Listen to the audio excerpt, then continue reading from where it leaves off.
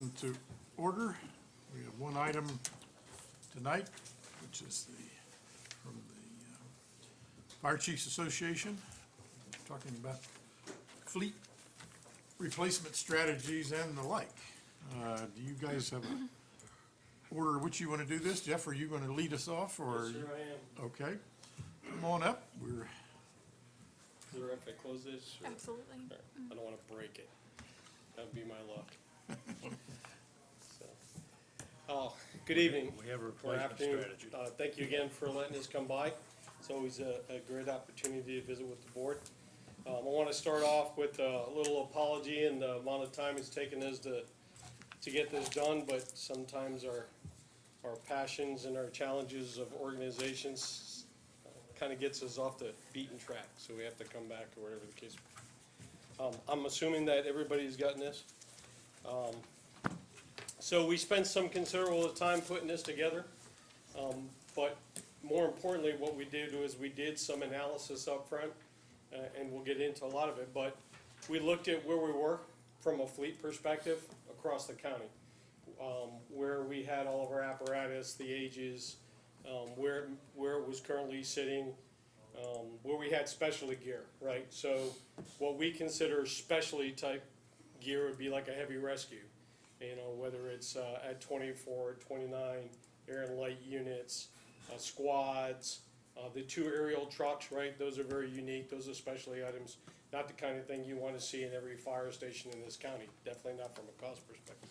So we took all that in consideration, and we looked at the apparatus itself. You'll see towards the back, which we'll get to, somewhat of the checklist or the standards that we used when we looked at the equipment and its wear and tear. To make sure that we were on a pretty consistent path, we started out, we put some definitions right up here in the front so that we're all talking on the same page. For a while, one of our debates were for months, the difference between a heavy rescue and a squad. You may think that's kind of a minute thing to argue back and forth about, but it has a lot to do from an equipment and a cost perspective, right? Heavy rescues carry a lot more equipment. So that's why you see those up front, and then the current fleet. As you can see, and I'm sure you know, the current fleet across the county, and we're talking about the fire companies, is pretty extensive. In some cases, if you look at it, most of our stations have 2 pumpers in each station, for example, right? Because we always worry about one breaking and going down. As currently, we do not operate a reserve engine, as we call it in other organizations or departments. I don't know if there is any questions on any of those across the board.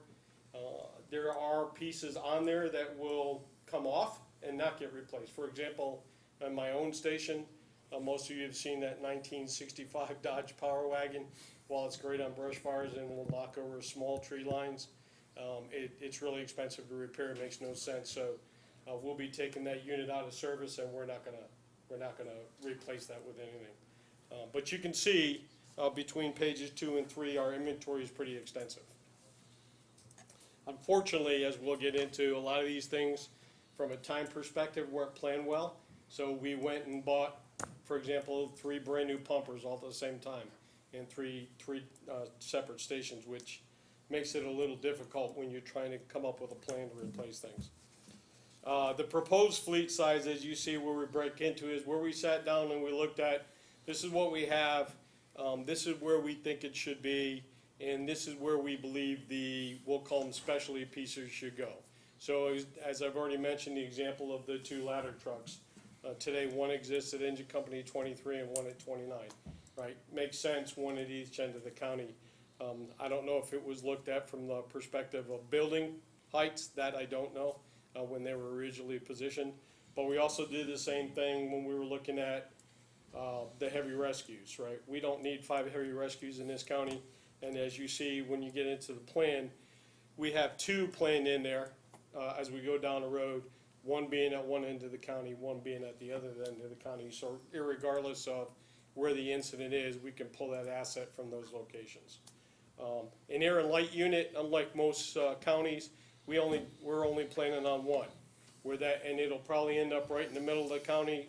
As an example, it could be at the rescue station now operated by COFAMs. as a central location, right? That unit really doesn't exist today. Right now, we operate separate units such as my support. I kind of call that an air and light because it's got a cascade system and it's got extra lights on it and things like that. But it's not a dedicated asset like I believe you've seen from the Rapidan Station 10. And then the proposed fleet size, you can see the definitions of each of them. We got more extensive. We talked about the fleet policy and where we want to see those apparatuses placed in. And then we even looked at the smaller stuff, things that were supports like the command units, and then our utility vehicles, because all part of this eventually would become part of the new communication system, right? As we're looking at MBTs and new radios, where will those MBTs be from a command perspective, so that we can see incoming assets, calls, GPS, all of those things. Or if we do a multi-region thing somewhere down the line, when we're operating with Spotsylvania and Culpeper units, for example. I can tell you that I had that first-hand experience on the Culpeper printer factory fire, where we had a lot of apparatus from a lot of different counties, and we couldn't talk to each other. So we were kind of scamming around trying to get portable radios, because I, for one, took 2 host teams through the loading docks, and I only could find 2 radios, whereas we should have had a radio on every firefighter, right? And we were operating in 2 different locations. So, interesting perspective, but that's kind of why we're looking at this from a standardization. Obviously, the end goal, and I'm kind of jumping ahead, is that we're uniquely buying the same gear, the same apparatus, right? A spec pumper. Whether we do that through a procurement, whether it's an Orange County procurement, or it's to ride somebody else's contract, and a pumper is a pumper, whatever that is. And what unique things you want to do to that ends up being above that, and we try and curtail that as much as possible. And we do that for 2 reasons, or 3. One is, when you buy more of something, it drives the price down. 2 is, it's cheaper to maintain them. And then lastly, and more importantly, we train on that piece of gear across all the 5 stations that we can all operate or drive that piece of gear. Whereas right now, we have so many different, even though they're all Pierces, they're all different models. So it makes it a little bit unique, even though a pump is a pump. So how do you deal with the fact that models change over the years, and with some of these things having 15 and 20-year lifetimes, that if you're replacing one tanker or one engine at one time and another one 10 years later, it seems you're going to end up with differences whether you like it or not. To a degree, that is true, but from the end result, which is the replacement plan, and it still needs work, you'll see that as you review it. We'll put these on a cycle that brings them within a couple of years of each other, and then that gives us the ability to stay consistent with that training. But more importantly, the plan would be to take that piece that's being replaced, or the one that's in the best condition, we roll that into a reserve fleet, we maintain it as an active pumper, and it's there in case the truck breaks down, and we can use it on the training ground, which is something that Spotsylvania just recently did. And it's been good, and it's been saving them a lot of money. So you think of like trying to replace all the engines on all 5 engines within a couple of years then? It'll be a longer stretch, but yes, sir. Okay. Yeah. I mean, the goal would be lease purchase, right? We can't go through buying $800,000 pumpers anymore in one page. I mean, my last one was $650,000. I can tell you I can't do that ever again. So, and then the lease purchase makes sense, right? Because of the extended warranties and things of that nature. So that would be hopefully the end result.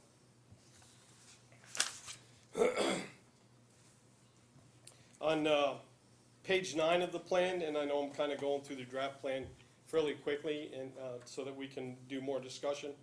We get into the replacement intervals.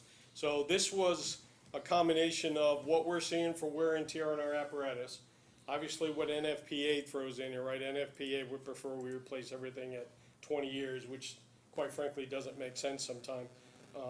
I've had this discussion with Mr. Crozier. My tanker is a 1997 Freightliner truck.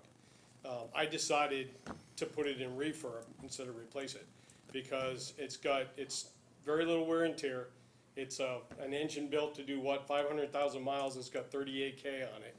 And quite frankly, you can fit it anywhere, and it carries a lot of water. So instead of paying $500,000 for a new tanker, I'm paying roughly 150K, and it's being refurbished as we speak. Does that always work out that way? No. It's never the mileage that kills this apparatus, it's all the equipment and the water it carries. Right? That's usually the biggest. But the replacement plan is just that. We looked at it based on our usage, what the requirements are, what NFP requires, how much wear and tear we're seeing, and as well as the technology turnover. And then obviously this is up for discussion and debate, but we looked at, you can see here, where the engines, we were looking at a 15-year replacement interval. And then the ladder trucks, which although they end up on a road for structure calls, don't get the wear and tear that we see on a pumper at 20, the squads at 20, and then this is where we get into that difference between the squad and the heavy rescue. You know, the heavy rescue in 29 has a heavy rescue.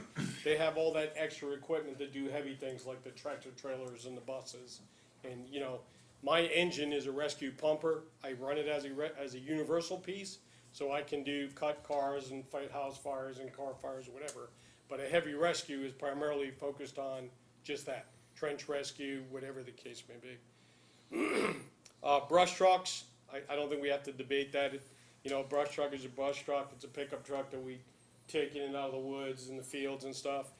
There are unique brush trucks out there. For example, we bought a Brat some years ago, is what the name of it is. It's one of those things where you buy the tires and you build the truck around it. And while it's been great, it never gets stuck anywhere. It probably costs twice as much as the brush truck that Wes back there at Chief 25, you know, spends on his pickup truck. So not a good decision on our part. And then the light and air unit, you know, this is the first time we've dedicated or looked at a real light and air unit. And primarily because that's the one thing that we always struggle with when we're on the scene. If you got a system that's bottles, right, a cascade system, and you've got a long structure call, you're eating up that stuff. And then, you know, it's the nighttime calls, whether it's brush fires, structure fires, car accidents, assisting law enforcement. We'll have to take, and I don't know if everybody, we decided to put light towers on both of my pumpers after the fact, and we'll get called out just for those light towers, right? Law enforcement will use them, state police uses them, whatever the case may be. So we looked at an actual dedicated unit for that. And then lastly, in that list there, you see the command units. They're becoming almost a necessity these days with the multi-communication requirements, the command boards. It's just a debate, and we haven't gotten into this yet, of what makes sense. Is it an SUV? Is it a pickup truck? Whatever the case may be. But with all the DHS requirements, you know, multitasks, you know, we need those command units. And we're gonna need those across the board as well as with the co-phones. But they're just standard vehicles. And then lastly, at the end of the plan, is the criteria that we use to inspect all the units. From a material standpoint, not only from an age, because we can't base it solely on age. But that was one of the more primary things that we looked at. What we did not look at, and Mr. Freeman and I talked a little bit about this, was EMS units, right? We didn't look at EMS units. Let me be clear though, when I say an EMS unit, I'm talking about Chief Mort's ambulances or Rescue Station 29's ambulances, right? Our first responder units, in my case, Support 21 and Engine 21, those are just that. They're designated as EMS units, but not transport units. So we did look at those, but we did not look at any transport units. That was not part of this, as we don't really have any oversight over the EMS or the transport units from the Chiefs Association's perspective. So in a nutshell, what we were doing is, and I know I've kind of rudimentally went in this so we could do more question and answer, is we wanted to look at everything we had more from an analytical standpoint. Does it make sense? Do we have too much? Where should it be? Are they in the right places? And where do we have gaps? So in the case of the air light unit would be a gap. I can tell you from the list, we have a lot of apparatus here. Some would say not enough. Others would say we got too much. So, and for example, if we standardize what we do and we do have a reserve fleet or a reserve pumper, then the next question becomes, do we need 2 pumpers in every station? You know, so most people would say, well, it's just a truck, but it's not. That's $700,000 a piece. That's $1.4 million in equipment. So from an overview standpoint, that's the plan. It's draft, obviously. Hoping we'll have some discussion on it because this is a not inexpensive endeavor by us from any standpoint. Jeff, have you? Yes, sir. At this point, given the inventory, have you applied your, what was the term you used? The condition, you had a good word for it. The evaluation, the apparatus evaluation. Yes, Have sir. you applied those evaluations to each of these pieces? I mean, if I go all the way back to your first table on page 2. Yes, sir. Where the list is, you give the mileage and in most cases the hours and the like. Have you done or are you doing an evaluation? Because for example, the oldest engine that you show is at station 25. Right. It's a 1993 model, but it has 2,700 hours on it. And, Right. Is that a unit that would, if you did the evaluation according to your criteria, where would that show up? Is it, on its last leg, or is it still in relatively good shape? Maintenance is acceptable, these kind of things. It'd be interesting to see where the various pieces stack up based on your Right. criteria. So we have done an evaluation. We've looked at all of the apparatus. We did not do it from the standpoint of, 2 or 3 of us went out and did everything. We let each of the chiefs worry about their respective stations. We did take in consideration the year and the miles, right? And hours are only on the bigger trucks, that's engine hours. We looked at all those. One of the things we find more consistent is that while it has age and it may have low mileage and it's in materialistically, it's in good shape.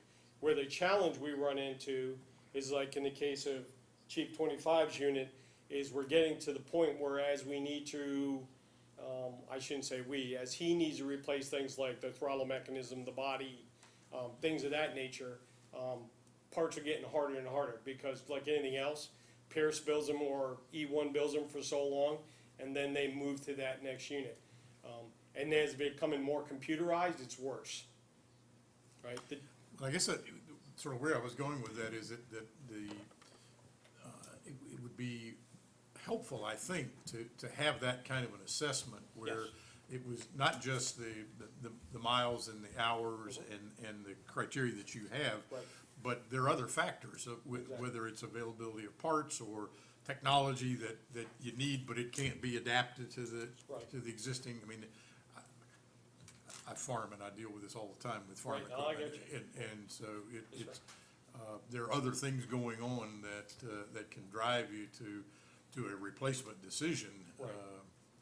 Even if something appears to be, usable, so. No, and my tanker is a perfect example. There were a lot of back and forths on why refurb instead of replace. Both operationally and non-operationally. And one of the things we're running into now is it's a month behind because for the actuators that operate the dump valves on the back of the tanker, we couldn't find them anywhere. And they had to be replaced because one didn't even work. So it took us 3 weeks to find a replacement that was actually manufactured just for the tanker. So in that case, it's a unique problem, right? The challenge you kind of run into is that debate back and forth. Like if you ask fire programs to come in here and do another assessment, all they're gonna do is look at NFPA standards, and NFPA will say, you gotta replace that pumper in 20 years. And I'll stand here and tell you, I can operate that engine for 30 years. And it's kind of a back and forth thing. So I'm not saying it's a legal thing, it's just a debate thing back and forth. Would I recommend a separate group or an entity to come in and do a material assessment? Then you don't, that might be a better thing, that you don't have, because it's mine, and I had to do bingo to pay for it, I'm attached to it and I love it. They're looking at it from a realistic standpoint. It's the same thing of where are we at? Where is the apparatus at? Does it make sense where it's sitting?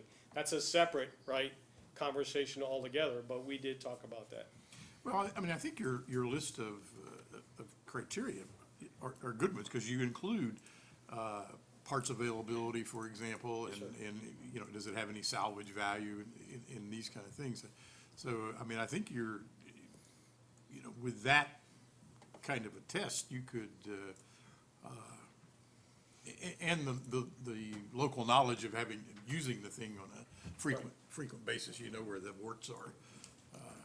It scares me. I wake up at night knowing certain pieces of my stuff. I know where the problems are or are about to be, and so I think capturing that would be helpful, because there's a limited amount of money available. Absolutely. No matter what, and you want to apply that to get The one piece that, it doesn't become part of a documented assessment is, and again, I'll go back to my tanker, as I was driving around my first due area, and I'm looking at roads that are about the width of a blade of a bulldozer, and I'm going, I can never get tanker 23 in here, I need to keep this tanker.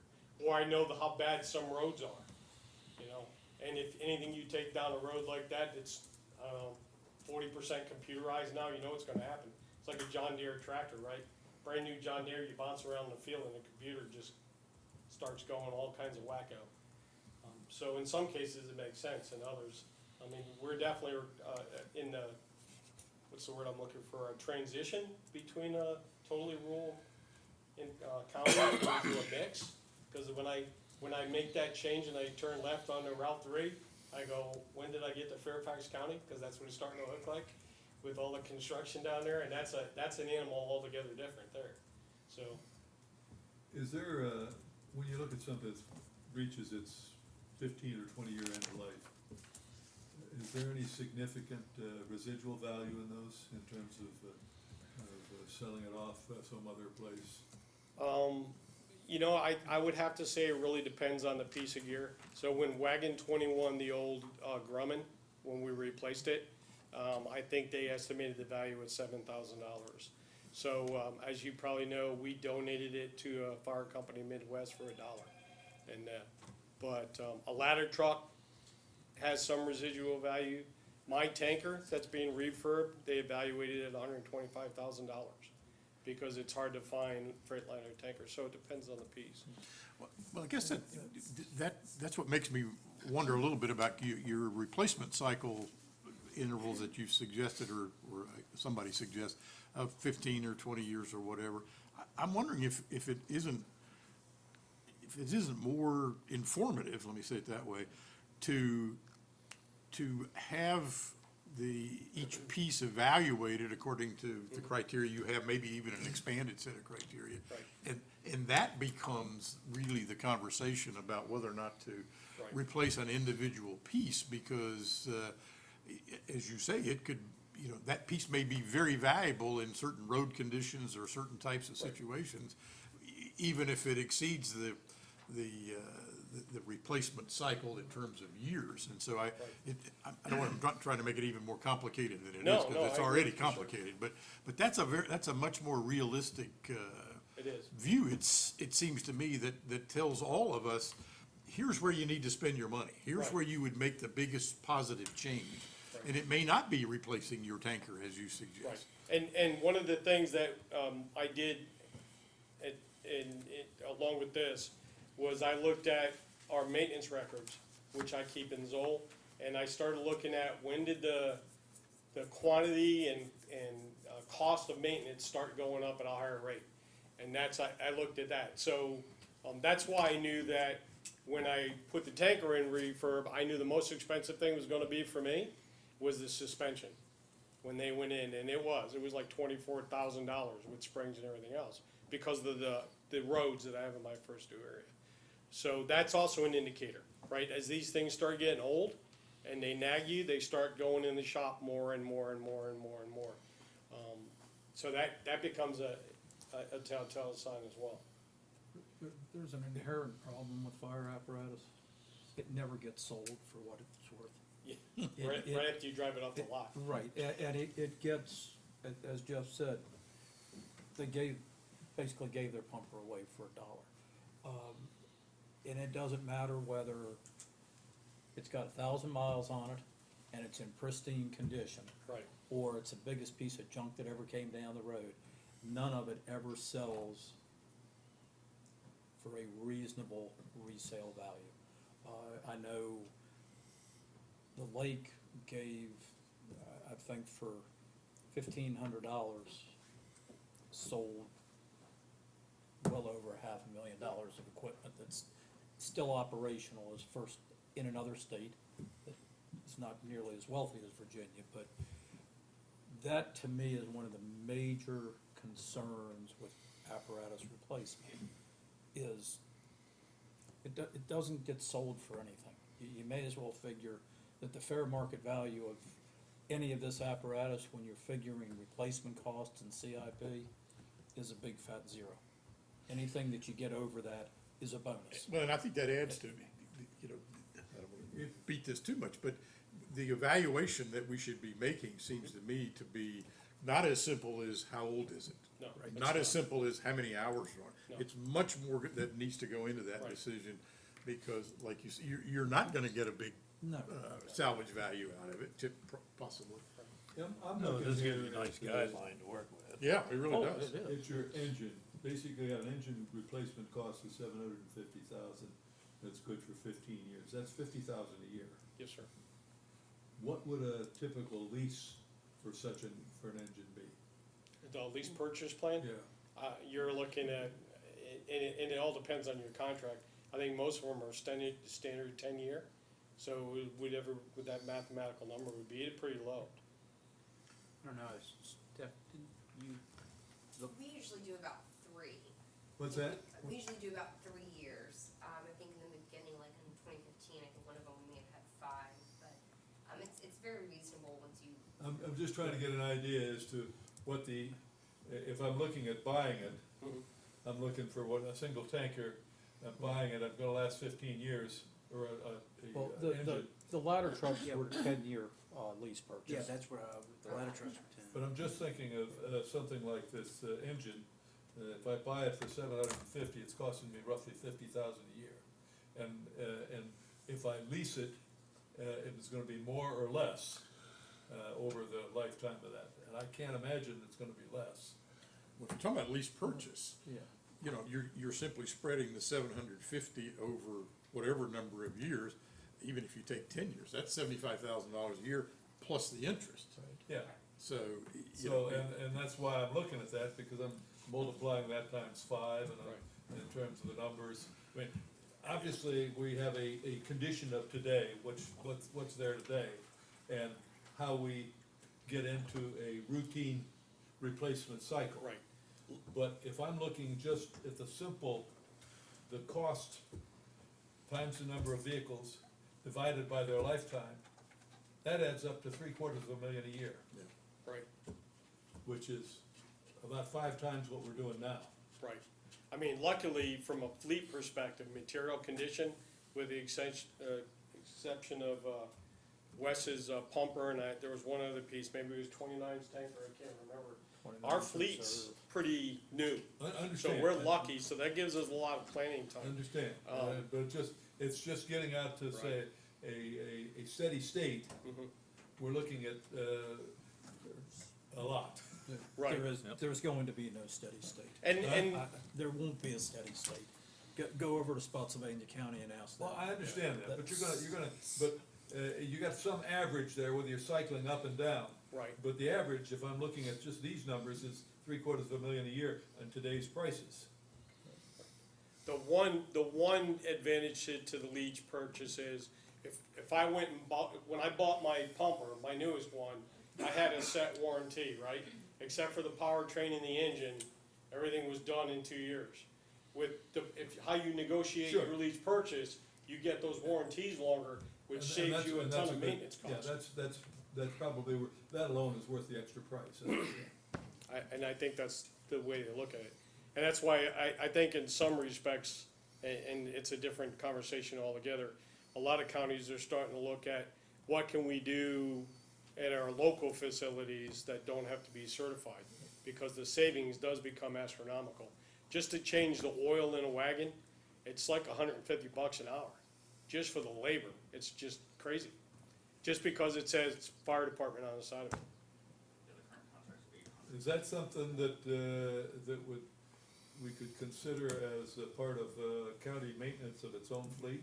Absolutely, absolutely. Then, Yeah, Right, that- right now, full preventative maintenance, which we do yearly, is average right about $4,000 a piece of wood Yeah. through Atlantic Emergency Solution. And that's your sealer and cement. so if we develop the experience in-house, that'd probably be a, Yeah, significant savings. most of your jurisdictions that are one step up from us in size, they have their own fleet maintenance.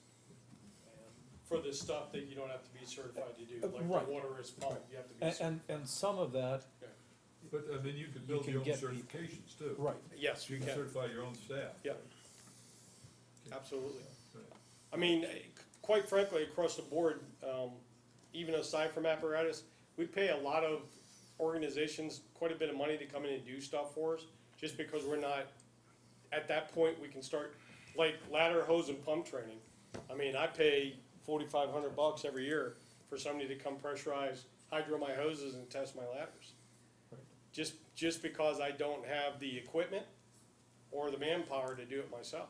So you take that 5 Gs times 5 departments, and then the training route, so all that adds up. yeah, So- maintenance is absolutely a fortune for them. But we can go back and we can do we can document the evaluation and also do it from a cost maintenance perspective, and I can put all that together and we can submit that to you. I think what would be interesting, based upon, you've identified here times, but, it might be useful to say, okay, based on what we understand about our fleet, Mhm. is this is what we need to do in 220, this is what we need to do in 221, this Right. is what we need to do in 222. And that's going to have to, my guess is, they're going to have to get an outside entity to do that, because you have 5 fire chiefs that have 5 different opinions. It's Okay. no different than the 5 of us sitting up here. Well, We're all together on everything, aren't we? Absolutely. so But- when we built this initially, we looked at it from an NFPA requirement and Uh-huh. what we were planning on doing, which is a little more and a little less. And we looked at this and we said, we gotta stretch this out, because you can't buy 3 pumpers in 1 year, right? Thinking from a CIP plan perspective. So does that mean, whatever that apparatus is, do we replace 1 2 years earlier, roll it to the reserve fleet, you know what I'm saying? Or stretch one out a little later? Because we took that in consideration with the impact. And the other element of that is the concept of trying to keep all your engines within a 2 or 3 year or 4 year or Right. 5 year Yeah. cycle, such that, you're not getting a substantial difference between them. Right, I mean, the This- pumpers and the tankers are probably the most important piece of apparatus to this county, Okay. along with your ambulances. That's where we roll the most. I mean, obviously, if we have a bad brush season, we have brush trucks rolling, but in general, that's what we put the most hours on. Which makes sense, right? Rural community, tankers are gonna be very important. Well, it's a well-put-together document, I have to say. It's I, nice to have this. We actually got When called, you use the term pumper, you're talking engine? yes, sir. That's what I thought. Yeah. Yeah, and that's kinda like one of the things we're gonna have to change with the new system, CAD system, is right, the way this software works, it doesn't, what's a wagon? So we're gonna have to, everything's gonna end up being engines. Wes and I obviously have 2 wagons, We're already fixing. yeah. How important is the software control for these, as opposed to just, manual control on all the, things? Is that a significant, I mean, That's the way they make them. Yeah. You don't have any choice. It's, Yeah. I mean, so a lot of it's EOEA, right, a lot of electronic actuators, the foam systems are all computerized, but it's still pulling the lever, it's still this, whatever. But The I mean, first, I just see that as a, oh, it's a nightmare. Yep. it's gonna be a nightmare, you're gonna have, that alone probably is worth a lease option. Well, yeah, Yeah, it it's been a nightmare Yeah. ever since you used to be able to get underneath and pull a lever and put the pumping gear. Now, the Yeah. electronics go, just Well- put it on the side of the road. Now, last week I was, in the South Bend on a mediation for a lawsuit. My daughter bought an Airstream. Oh. And they've always been good, but this one had a lot of computer controls. Yep. She no longer has it. Yep. That's the nature of it. I wanna say thank you. This is, Yep, really I mean, helpful. it's not perfect, but I think we've got It's a a lot of the huge right step. answers in it, so, huge stuff. so. Well, I think when I start looking at the price tag, I get nervous. But, I think you did a good job of trying to explain why you had to have what, apparatus at what location. That seemed fairly reasonable. The only challenge we're having and we can't come up with the answer, right? If we were in Manassas City, we'd have the answer. What's the right number of gear? I mean, we're kind of, you know, if you just, for example, if you said 21 and 23 are gonna be engine companies, and 25 and 9 are gonna be truck companies, with manpower issues and times a day, you know, what is the right number of gear and is it in the right place? Cause you gotta get bumpers out or whatever the case may be. So, that's the part we can't figure out. Well, One other comment, if, as I'm looking through here, it looks like what you're, at least in this document, putting forth is that the county would provide an engine for each station, and a tanker for each station. I'm trying to pick these up as I go, and a brush truck for each station. Were those the three main ones? Set the ladder trucks aside for a moment. the ladder truck and the squad and the rescue were. The ladder truck, the rescues, the light unit, those are all unique and you should be putting those strategically, one in each end of the county, I would say. So in our plan right now, that heavy rescue exists at 29 and 24, but I'm still not, this is Jeff's opinion, I'm still not sure that that unit at 24 is in the right place. I think it probably needs to be at 25, but we're looking at that, so.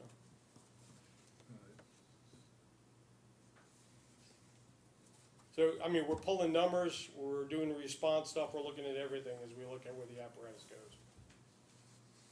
So response time, Yes, sir. number, frequency and types of calls. Yes, sir. Are you looking at staffing? I mean, I know Yeah. from our conversation over the past, well, now several years, staffing is an issue in the mix between the volunteers and the career and all these kind of things. Have you decided when you're gonna, sort of do the same thing you're doing with apparatus here? Take a good hard look at that and see where we are and where we think it's headed and these kind of things. Because I mean, frankly, one question the citizens are gonna ask us, hey, Right. even if we had a perfect set of apparatus, Right. it doesn't do really good work unless there's somebody that's Can get it. trained and available. Right, and so that's a great question. I know I told Mr. David, and I might have mentioned it, Mr. Crozier, that I am in the early stages of putting together a business case analysis for you all for an information standpoint of what's going on around us. You've probably seen upper state New York, North Carolina, and Pennsylvania have declared state emergencies. Pennsylvania is a perfect example. It went from 370,000 to 30,000. volunteers. Really? Yeah. Yes. New York State, just with requirements, right, they dictated the number of calls and stuff. New York State just made all volunteer fire and EMS tax-free as an incentive to keep them volunteering because of the cost. I mean, you know better than I what it costs, not picking on Chief Moore because he's behind me, but you know what the cost is of a career fire organization or career EMS. It's not inexpensive. Well, and that frankly could be a much larger cost impact than the apparatus themselves. I mean, that's You're why right. I mean, the apparatus conversation is a necessary and a good one to have. Right. And you've laid it out very nicely here, but there are other pieces that we Right. have to bring into this conversation. And we talk, when I say we, Mr. David and I have done a lot of talking. And my recommendation to him that was having somebody look at the overall fire and EMS from a county perspective is not a bad idea, but it needs to be someone other than fire programs. Because fire programs does everything from a template. They change the words around a little bit, they don't consider the locations, the staffing, all those things that make up for what we need to do. And and Route 3 is a perfect example, right? What is that gonna do to our call volume? It's gonna be pretty significant. Even just from an EMS perspective, it's gonna be significant. So I'm bringing his units all the way from Barbersville to help me on calls in my area. So it's a challenge. But yes, we're looking at that, or I am anyway. I'm hoping to put an information paper together. I'm not doing it trying to get bennies. I just want you to have a perspective on what's going on. Well, thanks for your leadership on this. No problem, sir. I mean, we got a good bunch of chiefs. I think we're going in the right direction. All right, any other questions, Jeff? We appreciate it. Yeah. Nice job. It's very helpful. This obviously is gonna have to be an ongoing conversation. Oh, yes, sir. As we put all the pieces together. Right, we'll give you the information on the evaluations. I'll get that to you. But you have, you said you wouldn't necessarily wanna use fire programs or anybody, or, trying to figure out how this should fit into our CIP. You Do talking you have about, any, do you have anybody that you would recommend that would, look into this?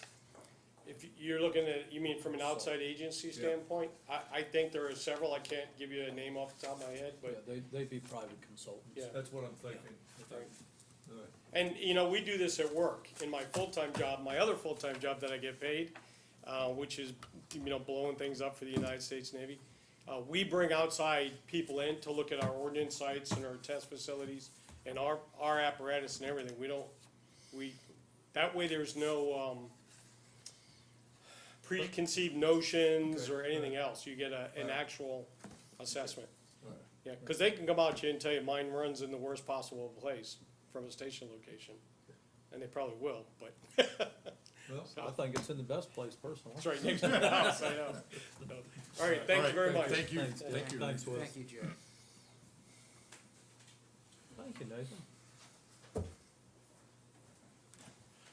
Okay, we have 10 minutes.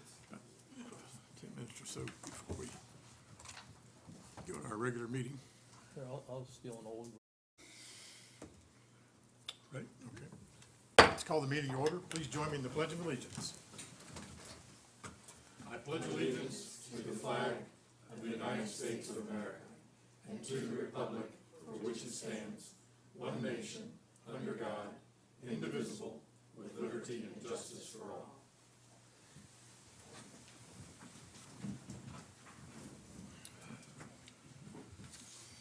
Okay, any changes to the agenda? I have none, Mr. Chairman. All right, motion to approve? Second. Okay, all in favor say aye. Aye. I see no special presentations or appearances tonight, so consent agenda. Motion to approve? Second. I have a motion and a second. Any discussion? All in favor say aye. Aye. All right, all the way up to new business, health and dental renewals. Ms. Bradley, Oh, we get there, did it? do 0 to 5 in 37 seconds. Right, No, that's not else. now we hit the quicksand. Yeah. I'll- As you know, this is the time of year that we normally go about reviewing our activity for our health and dental self-insurance for the fund and also the upcoming plan year in order to set our rates. So the rates that we're talking about would be effective October 1st with our plan year. And I think the same presentation was presented to the school board last night. And they liked the recommendations, and so I think this is where they landed. Anyway, as you know, and we've been talking about with the quarterly reports, we have been having a good year. Although Anthem's initial renewal proposal came in with an overall increase of 6.4%. Once One Digital was able to negotiate with them on the behalf of the county, and we have a couple months more in actual claims experience that they were able to utilize. We got the renewal rate down to an increase of only 1.2%.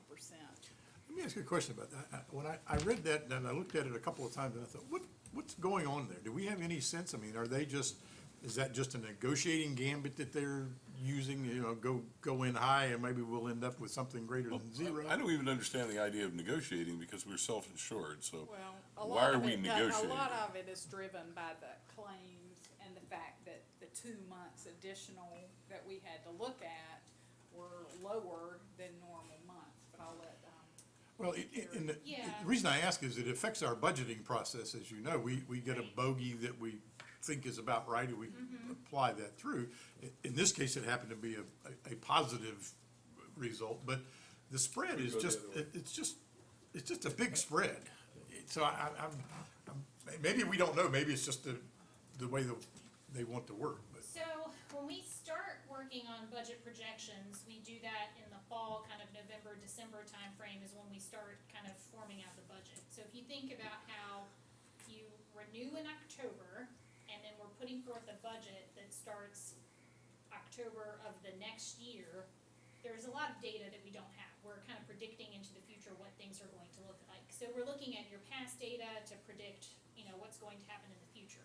So it starts off a lot more fuzzy, and then as we get closer to the renewal, we clarify that a lot more. The renewal data that Anthem pulls to give you an official renewal, that had data through March. We're here in June, so we had 2 additional months of data to look at, and your claims performed better. So part of it is just your overall claims, to your point, you know, you're self-funded, your claims are your claims.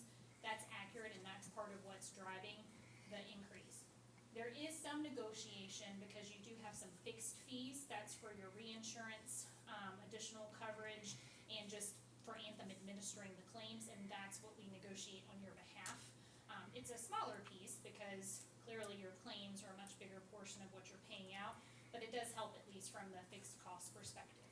So we have some information to talk about kind of what those numbers look like. Those are very valid questions. The margin of error to go from, you know, kind of 6.5% once we got the renewal to get it down to the 1.2, you know, that's about a 5% swing.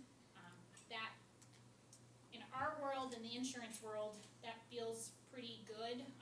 We certainly, to your point, don't want to start. I feel so much better. Well, and that's why I'm qualifying it with, like, I understand, you know, but part of it too is you could have one claim that completely throws everything off. And so we want to be conservative with your funds in projecting things out. And so that's why we try to be conservative up front, early on in the process, and get it closer and closer to where we want to be. And to the point of, you know, you do have a healthy reserve in place so that you do have some protections, but we don't want to take advantage of that too frequently either. So we try to be sensitive to that. So when Anthem, they're basically looking at our data and say, this is based on what, this data, this is what it should cost for the ensuing year. So that's, you know, and whether Anthem does it, you could do that. Is that right? Correct. So Anthem has a team of underwriters that looks at your claims data, and they provide a projection. We would argue, and we do argue, that how we're looking at your claims data has a different art and science to how we're looking at how things are performing, and that's where we're able to negotiate and talk with them so that we kind of get the best rates possible. Okay, but they're just trying, I would imagine they're hedging their bets in terms of not underestimating so that we get nailed with an increase that we weren't expecting. Right, because your renewal is also for your reinsurance, that additional protection for those large claims. When they provide that renewal, there's also some additional protection that's called aggregate insurance. That means the total cost of your insurance plan can't exceed a certain number. So they do have to have their kind of target narrowed down, because if they project incorrectly, then they're on the hook for that money, and then you're gonna get a big increase the next year.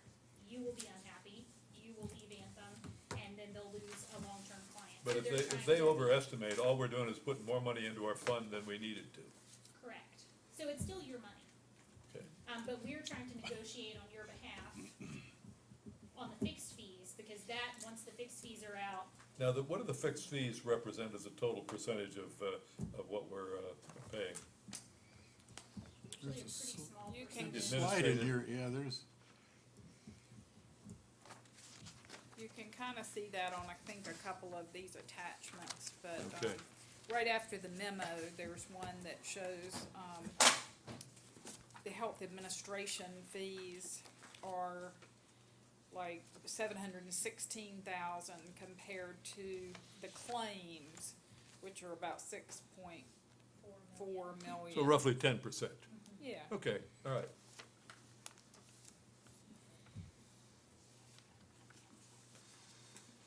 does that include, that 700,000 include the cap, the cap, the insurance Yes. for the cap, I guess is what I'm trying to say. So that's not all just pure admin then, that's, because they are taking some risk Correct. on that cap, okay.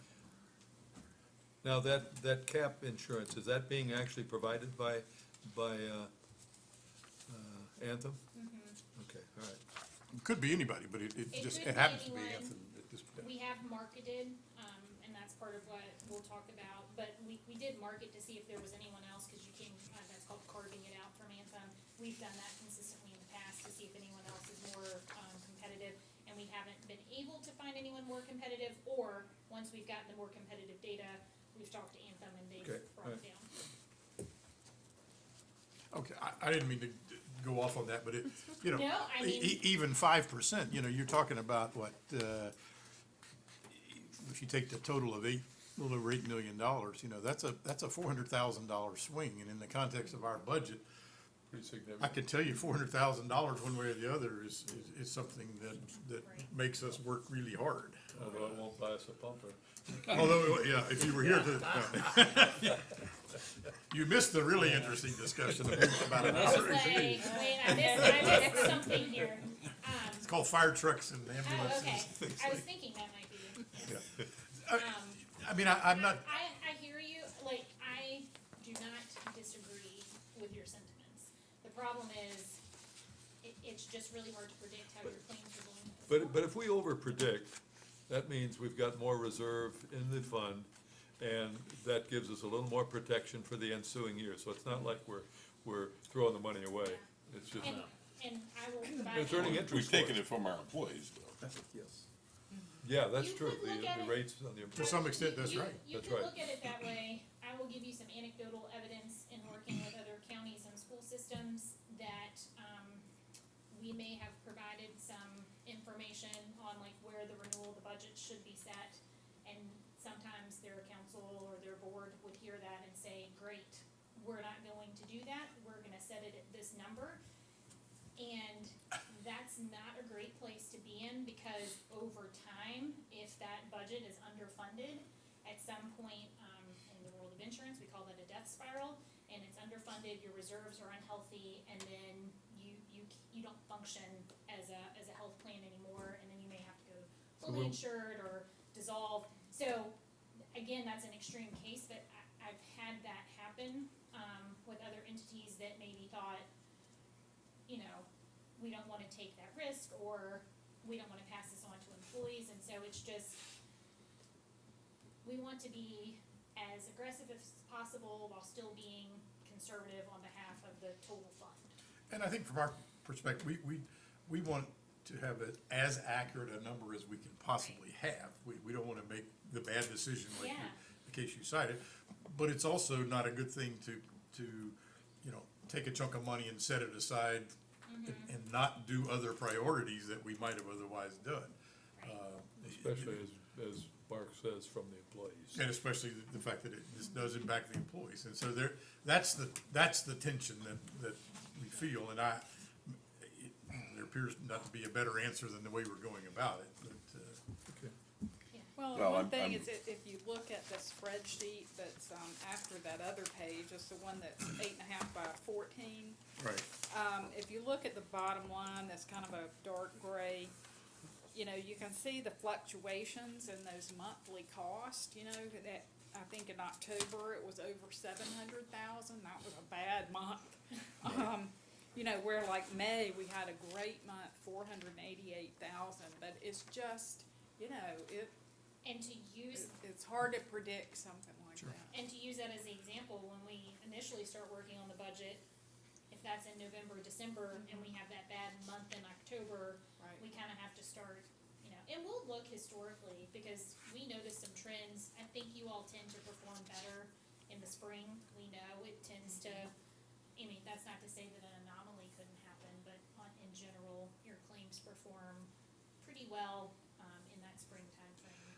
Well, I know, I guess it's possible to change the cap. Right now, the cap kicks in at a certain number. We could raise or lower that number, but theoretically, you know, if we had the cap insurance kick in at a lower amount, it would certainly cost more, but it would also potentially reduce our uncertainty, to some extent.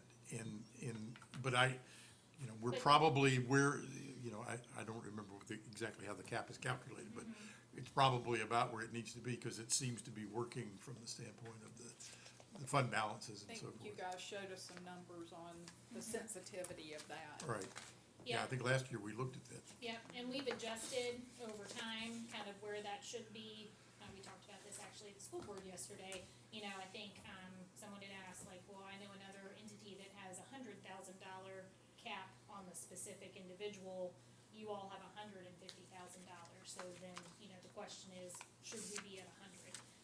And we have a really large data analytic tool that does a probability analysis with your claims data, and calculates that to look at what the probability is if you were to adjust it to go up or down. What is your risk, you know, what's the likelihood of you winning or losing? And we go through that every year as part of the renewal process to see if it makes sense to make an adjustment. This year, we feel like you were in the right spot for that. Okay. Sorry. So, You know well enough by now that we don't always let you do what you're, right, no, I love the feedback. But our recommendation, of course, is to keep the 3 plans that we currently have. One is a point of service plan, one is a PPO, a preferred provider organization, and the other one is the high deductible plan that we pair with a health savings account of $1,500 a year. But we are recommending a change in our rate structure because the point of service plan, the POS, which is, it's open access, but it's kind of similar to the old HMOs, and you need to keep within the network. That one has the lowest cost overall as far as, you know, our cost for the claims. Where with the Keep Care plan, the costs are higher, and right now our rate structure really almost incentivizes people, especially people that are getting employee-only coverage, to go with that PPO plan, because it's just not much more expensive, and it's like, hey, why not? So we've tried to adjust, to take the 1.2% increase that we need and apply it to that PPO plan to hopefully incentivize people that don't truly need that plan to go ahead and move over to either the POS or the high deductible plan. A lot of people take it because it's just what they've gotten used to, and they're kind of afraid to try the other one, I would say. But it's a very small percent of our population that has it. It's about 5%. of the total employee population that has that plan. So the other 95% of the employees would see no change in their rates of payroll deduction. And hopefully, I think we have 16 or 17 folks on the county side that are in the Key Care plan. And I think about 14 of those are the employee only, so they would probably come right over, to the other plan. But do we know anything about, other than the possible economic decision that says it costs the same or Right. virtually the same, so why not do the other? Are there any other circumstances? My question goes to, are we singling out a group and penalizing them in a way that we wouldn't intend to? Right. They did conduct a disruption analysis for us to see what kind of claims are coming through on those plans. And do you have that in front of you? So, you have 59 total visits that equated to $3,200 in claim spend that are in the Key Care network, but not the Health Keepers network. And this is county and school. This is total county and schools. And then you had 16 visits, that are not covered under the Health Keepers network, for non-Virginia providers, and that spend was $1,800. And so what that tells us is you don't have many people utilizing, the Key Care network, for that they wouldn't be able to seek the same care. It may be a different provider through Health Keepers. The Key Care network does give employees access nationally, to providers across the Anthem network nationally. So that's why we're not advising to get rid of the Key Care network. That is like an option that we have explored, but we don't think that's the right fit for your group per se. But it also gives, it's also the more expensive reimbursement from a claims perspective. When we look at this, everybody else was paying 20 a month, right? And these are paying $34.57 a month. And this is an awful big increase for that. Yes, That's why they want people to switch over. yes. Well, understand. And I guess that was the reason my question, is there something about their circumstances that would make it, very difficult, or unwise even for them to make that switch? Right, well, I do know from looking at their data that like 30 of the 59 visits were chiropractic services. And some of those were at a chiropractor here in Orange, where there's another one next door that is in the network. So, it was things like that that made us feel like, this, this would make sense for people to go ahead and move over. And Okay, and I don't know, what's the Karen might- reason then, if we're trying to get people to move over, for keeping Key Care? What is the what? For The keeping reason it. to even keep Key Care as a whole. So, I would say, one, there's disruption, just taking it away as a choice completely can ruffle feathers. Right. Two, access, there are some folks that want access nationally anytime they want it. So it could be, through Virginia, there's a huge network for care, but maybe there's a specialty provider that's available through the Key Care network for something like cancer treatment is really the best example. Maybe they can go, somewhere outside of the network in Virginia because they have the best care for what they're seeking. It's not that the Virginia network doesn't have access to the same care, it's just different care outside of that for whatever they may be going through. Say, Are there not cases where you can get approval to do that? There are, but it tends to be for, if there's not a provider in, an accessible area to you, if you're on the Health Keepers Virginia-based network, if there's not a provider for it, then they will approve you to go somewhere else. But that's a process, right? And so some folks, there's also the employee mentality of, historically, PPO is the best, just from a psychological standpoint, I know PPO, that means I can go see anyone I want to, and that's the one I want. There's also the psychology of the most expensive plan is the best plan. And that's not always true for everyone, but, you know, employees have a, you know, mindset around some of that. That tends to be it. There is some Fredericksburg, folks that live in Fredericksburg, there are one or two providers that don't accept health keepers there. And so someone may, if they live in that area, they want the key care because they don't have to deal with that disruption in the Fredericksburg area. So if I hear So you there right, are a couple of things. but the main thing seems to be that it, in some circumstances, it could limit their choices. Moving to the Health Keepers Network? Right. Sure. But they can, But- they can keep the but choice I- if they pay a little I'm, extra money. something's getting lost in the translation, at least on my headset, because I don't understand why we wanna charge them more. Like, why do we wanna, if there are legitimate reasons why they wanna be on that, then why do we wanna charge them more for it? Cause it costs Because us it'll more? cost us more. It costs you more in claims dollars for offering that network, because you're paying more for the claims and access to that network.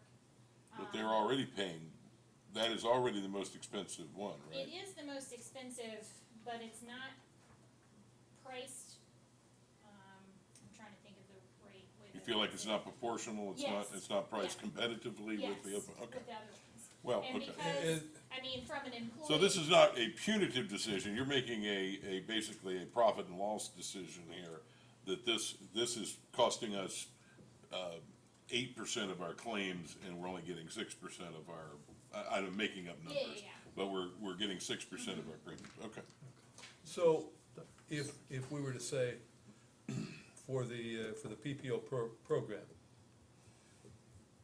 what would necessarily be the increase, just to cover the additional cost for that? Would it need to go that high, or, I mean, we're saying that this is costing us more than double? Well, the total increase in cost, I think, is about 88,000. Mm-hmm. And To Orange, it is only $6,400. so the rest of it would be going to the people, payroll deductions in the PPO.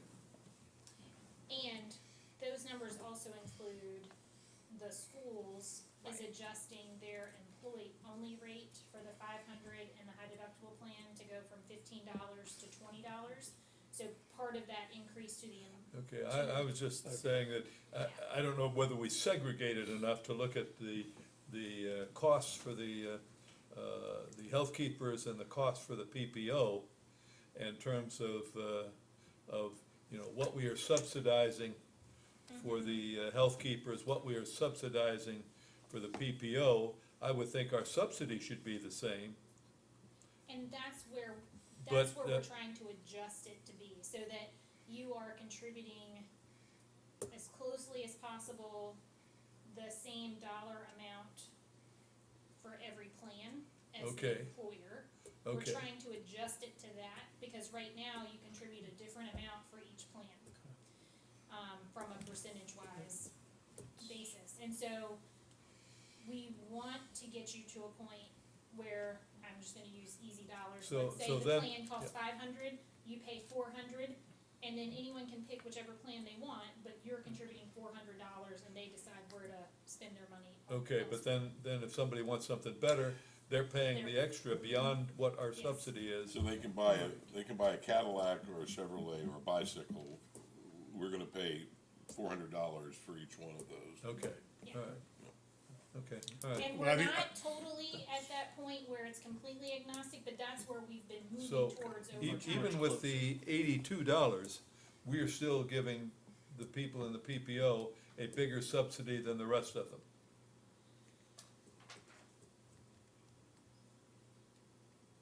Or how close are we to parity? I guess Not- that's the question. Not quite more than, that you're getting it, you're paying a little bit more now on the 500 plan at that point. So So, we're actually let me- subsidizing I'll these use- guys less?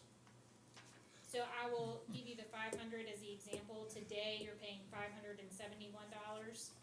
for the 500 plan, and for the Key Care plan, you're paying $605. All right, moving forward, 578 for the 500 plan, but for the Key Care plan, it's $539. So you're paying a little bit less towards the Key Care plan in that scenario, but the plan, part of it is also just how those plans are priced, because they're the same benefit, just on a different network, so the pricing difference isn't a huge disparity between the two plans. All right, so we're still subsidizing these guys a little bit more. So when do you see us getting to the Equal. 400 or whatever number it is, being the same across the board? I mean, I think we're pretty close. I think within the next, I think by next year, we can Okay. get there. All right, That's- Because part of it too has been adjusting the school's contribution, so if you remember, many Okay. years Oh, ago, yeah. the employees were paying nothing, Right. and so we've adjusted that over Right. time too. okay. Remember Right. that Oh, only yeah. too well. I just wanna, I would hate to say, we're subsidizing you less because, Right. with that $82, but if I'm saying, we're still subsidizing you more than everybody else, even though we've cranked you up to $82. Right. Okay, There's another aspect to this, but that's not for today's discussion of the employee plus one, and then the family, and while our overall insurance rates are very competitive when you look at the market, but the county's contribution and the employee's contribution, particularly beyond the employee, it's more expensive for our employees to roll in those higher, I guess, broader plans for family members than it is maybe in some of the other. But we have to get this taken care of first. I understood, but Well, it may Right, be, and long-term, we're kind of looking at the competitiveness with who your employees are looking at as their employer, so that you are competitive, from a. And I'd leave it there. I've been approached by some folks about that as part of salary's one thing, but benefits are another, and remaining competitive. but shouldn't we state as either a goal or a policy or a target, whatever, that we are, within the next 2 years, hope to move to this Parity. parity, or whatever the right term is, in terms of Yes. in terms of the County. county's contribution. And that's what, this move is I'm not, I'm just thinking that it's never gonna be possible to make it exactly the same, just because there's so many moving Oh, it's parts. possible. Well, probable. Well, yeah, I mean, you could just adopt a straight across the board policy, yeah. And that's why it kind of gets a little tricky, because from your perspective, you don't want to make some sweeping change and just to get there quicker, right? And so that's why kind of over time, we've made those incremental adjustments so that the I'm employees. sure don't feel it as 34 to much. 82 doesn't look incremental to me. Well, Admit- and that one is a bigger jump. I know. But if we look back 3, 4, 5 years, that's a very small number compared to. No, what we would and be able the to thing is, if somebody says, I do want what I can think is a better plan, I can pay extra for it. But the county's treating me equally with everybody else. Right, and that's kind of the concept that, from an employer perspective, feels the best place to be in, right? Because you provide this much money and you decide which plan you want. But We it- but have it- an array of options. But it's a and- little bit different, because I've got such a small database for the PPO users, as opposed to a large population for the rest of it. Well, and we've seen the folks in the Key Care plan shift over time anyway. If, I don't have those numbers, but if I look at when we started working with y'all 9 years ago, 10 years ago, compared to now, it's a huge difference, and it's just because, one, the Health Keepers plan, I think, has continued to be priced a little bit better, and two, the folks that are on it figure out, they still have in-network and out-of-network coverage. If they need care, they've got care. There's really no need to pay extra for it. This is just pricing it so that it's not, well, why not pay a little bit extra more and have the PPO plan? Which is where, with only 5% of the population in there, Well, then you're trying to determine what that is, cause that 5%, that smaller number, is gonna change a lot more than the several hundred we have in the whole school. Yeah, one other thing too is, there's a lot of places that went through horrendous changes just a few years ago that provided very good health care, that no longer provide health care for anybody but the employee, and in a lot of cases, not even the employees. So, Yeah. I feel it's important to provide the benefits to the employees.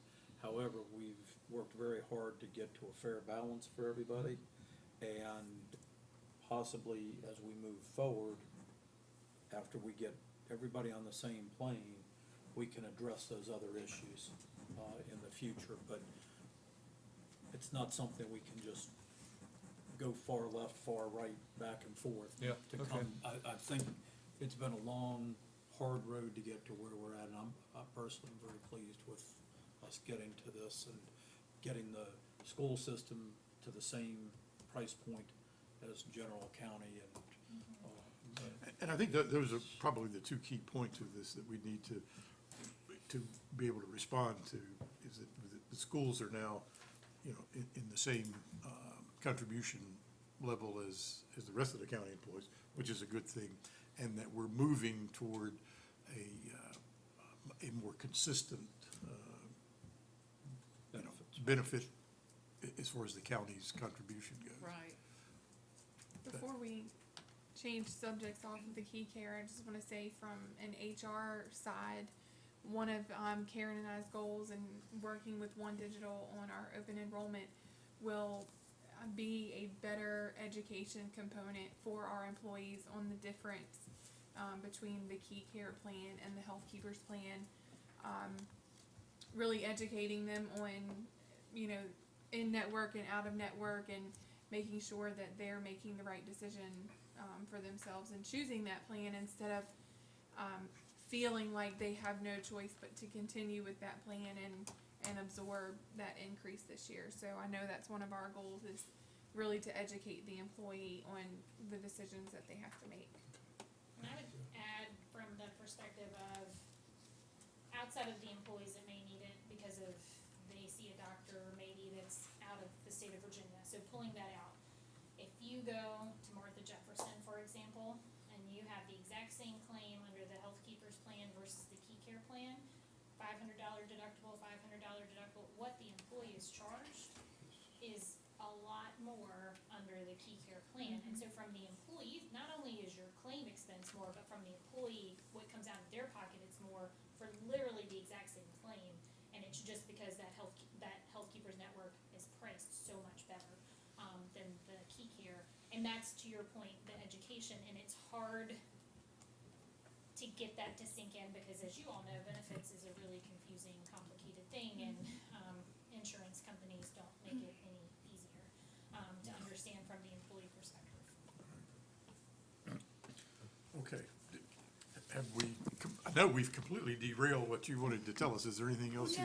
No, not at all, but I'm taking. No, these are all good. Yeah, these are great. The one other change I wanted to be sure you were aware of was the recommended change to increase the fourth tier copay for pharmacy from $50 to $100. And Carrie is, planning to tell you more about that. So, I have a whole presentation. yeah, she does. So I've saved that for that. But by increasing that, we're hoping to encourage consumerism among our employees because our pharmacy expenses did increase by over 20% this past year. So, with the cost of drugs, we want to make sure that, people at least give thought to the cost of what they're getting. Is that primarily a I give generic? a thought to it every time I have to pay it. Yeah. Yeah, I would tell you from a benefits perspective, you are very unique in that your plans have no, co-insurance, for that fourth tier. most employers require folks to pay 20% of the cost. What do you of mean by those fourth tier? So the fourth tier, drugs are the most expensive, they're the specialty medications. They tend to be the ones that you see advertisements for on TV, or magazines and things As like that. opposed to the generics? As opposed to the generics. Okay, right. And they're the ones that can cost, I would say, upwards of $800-ish to $10,000 a month, or more, or even more. And your employees today pay $50 for those medications. We're recommending moving it to $100, but I would tell you across the board, we tend to see it more in the 20% range. So again, we don't wanna change it drastically yet, but we do wanna introduce that there is a bigger difference between those medications so that when folks are considering it, because some of them are lifestyle choice drugs, they're not necessarily, needed to save a life. It could be something that's more of a convenience factor and it's just more expensive. But are there generic choices in all cases for these tier 4 drugs? Not necessarily, no. But No, that's getting a little bit technical because, a generic has to be the direct offset of a medication. Right. There may be generics in the therapeutic category of the medication. So an example that I use a lot, because most people have heard of Humira, you've seen that commercial on TV. It originally came out for rheumatoid arthritis. It cost about $3,500, give or take, per month to fill that. Rheumatoid arthritis, debilitating, you can't, right, it's something you need that medication for. But it now can be used to treat plaque psoriasis, which I don't negate that it's a thing that you need, but it's, a skin condition. It can be used to treat Crohn's disease, and there are other medications that can treat that as well. And I'm not a doctor, so, everyone's got a different situation, but from a starting point, So now, does the patient have a list of, okay, these are the ones that I have to pay $100 copay on, and these are what copay for the others are? it's $10 for your tier 1 generics, $30 for tier 2 brand name drugs, $50 for non-preferred brand name drugs, and then it would be $100 for the specialty. Okay, so you still have the copays, you're only increasing it for the high level, Only that one. Yep. okay, all right. Something, just on a side note, and I need to get them from VACO. VACO now has a prescription card Yes. that, from what they've told me, every time you go in to get your prescriptions, you should show it to your pharmacist. And there's a fairly good likelihood, It's probably They- GoodRx is the card. I think I so, think they I've just, seen they that just one. partnered recently with them. And supposedly, probably, 40% of the time, is what they're saying, you will actually save off of what your current health plan is charging you for these. So, we'll get a box of them, Right. so for both general county as well as, school board. Yeah, and that's part of what we try to educate employees, because there are programs like GoodRx, you can download it on your phone, you can get Right. coupons on those medications and save. It's too much to go into tonight, but there are pros and cons to that way of doing things too, but it Right. can save, like, from the employee perspective, trying to save them money, but also save the health plan money for what you're paying. Exactly. Okay, on the dental, we're recommending to keep that with Delta with no change in the contributions. It wasn't required there, and in addition to that, they've actually increased the coverage to include composite index. I was like, what? That's cool. We'll start getting as much money as Loudoun County. Composite fillings on all teeth, instead of just the silver fillings and the customer having to pay the difference to get the, white colored filling. Our insurance will now cover that at the same rates. There's some other little changes, I'm gonna let, Carrie go through those as part of her presentation. But the one other thing I did want to, go over is the status of the fund and its fund balance. You might remember that, last year, we ended with fund balance of, I think, about 1.4 million. And, right now, with our, benchmark of 2 months' worth of expenses, the appropriate level for fund balance would be about 1.2 million. Looking at the way we're going and not yet having the June claims in hand, but it looks like our fund balance for FY19 could be about 315,000 over that amount. So we did have a really great year. You know, we do need to keep in mind that we have, the maximum claims liability, which Carrie was talking about earlier, which is 25% more than our total claims, estimate. So, there's a gap between what we're budgeting for and what we're setting these contributions based on those expected claims, and then that expected claims plus 25% over that. So we have to think about that we have that exposure, which is about 1.7 million. But overall, I think the fund is doing very well. I put a graph in your package there, and, you know, we'll see how June does, but I feel really good about where the fund is and these recommendations. But I'll turn it over to Carrie so she can do her presentation. So I'm gonna cruise through some of this, just because we've talked a lot about it, already. Cruise. But we've, got medical, the dental, and the other benefits that we'll talk about.